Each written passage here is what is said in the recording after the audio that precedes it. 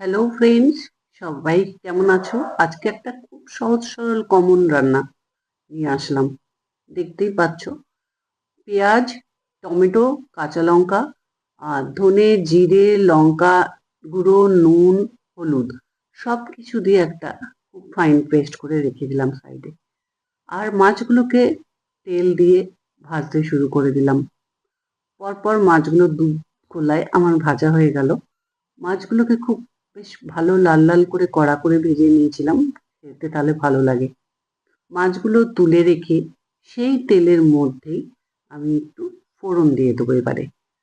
প্রথমে একটু কালো জিরে ফোড়ন, তারপরে একটু সাদা জিরে ফোড়ন দিলাম।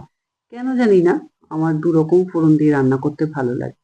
এটা কিন্তু একদমই অপশনাল, একটা ফোড়নও তোমরা দিতে পারো। তারপরে ওই ফোড়নের মধ্যে বেটে মিক্সিতে পেস্ট করেছিলাম যে মশলাটা, সেটা ঢেলে দিলাম এবং তার মধ্যে মিক্সির বাটিটা ধুয়ে আরেকটু জল ঢেলে দিলাম। দিয়ে ব্যাস, আমার কাজ শেষ। এবারে একে ভালো করে কষাতে হবে। ভালো করে কষতে শুরু করে দিলাম। আমার এই ভিডিওটা যদি ভালো লেগে থাকে তাহলে একটা সাবস্ক্রাইব করো, আমাকে সাবস্ক্রাইব করে পাশে থেকো আমার। জানি রান্নাটা খুবই কমন, তবু করেছি তাই তোমাদের সাথে একটু শেয়ার করছি। দেখছো মশলাটা বেশ ভালো কষে উঠেছে। মশলাটা যখন ভালো করে কষে তেল বেরিয়ে আসবে, তখন এর মধ্যে একটু গরম জল দিয়ে দিলাম। চেষ্টা করি একটু গরম জল দেওয়ার, যদি খুব চাপ না থাকে পাশের গ্যাসটাতে তাহলে ঠান্ডাই দিই, তাছাড়া গরমটাই দিই। তারপরে যখন ভালো করে ঝোলটা ফুটে উঠবে, তখন মাছগুলোকে সমস্ত ডুবিয়ে দিলাম ঝোলের মধ্যে।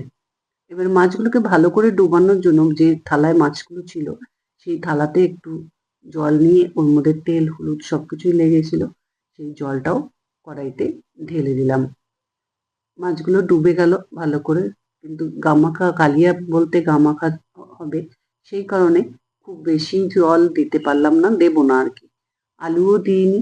দেখো আমার রান্নাটা কমপ্লিট হয়ে গেছে। ভালো লাগলে একটা লাইক করো। আজ তাহলে আসলাম, আবার তোমাদের সাথে দেখা অবশ্যই হবে অন্য কোনো একটা রেসিপি নিয়ে। কমন রেসিপি হলেও আমি কিন্তু তোমাদের সাথে এগুলো শেয়ার করবো। টাটা।